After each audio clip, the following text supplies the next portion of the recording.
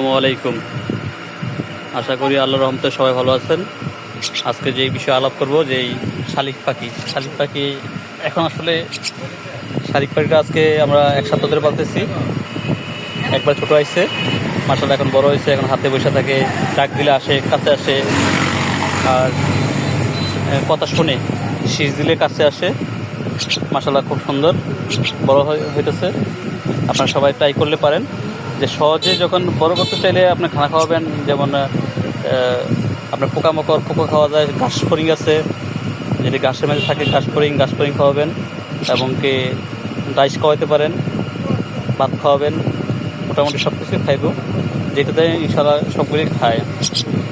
আগে তো অনেক মোটামুটি বড় হয়েছে আলহামদুলিল্লাহ। কালারটা ফুটতেছে, এটা চুটি বাদালিকা, আপনার মাথার চুটি বাঁধতেছে, খাবার খাবে, হাতে দিলেই খাওয়ার ইচ্ছা আছে, এটা একটা আছে।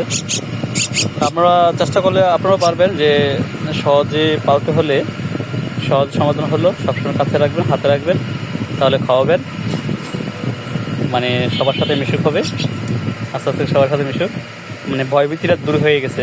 আগে যে ভয় কাজ করতো, এই ভয়টা এখন পায় না, এখন মানুষের সাথে বেশি থাকে। আপনারাও এভাবেই পালতে পারবেন। ধন্যবাদ। আসসালামু আলাইকুম।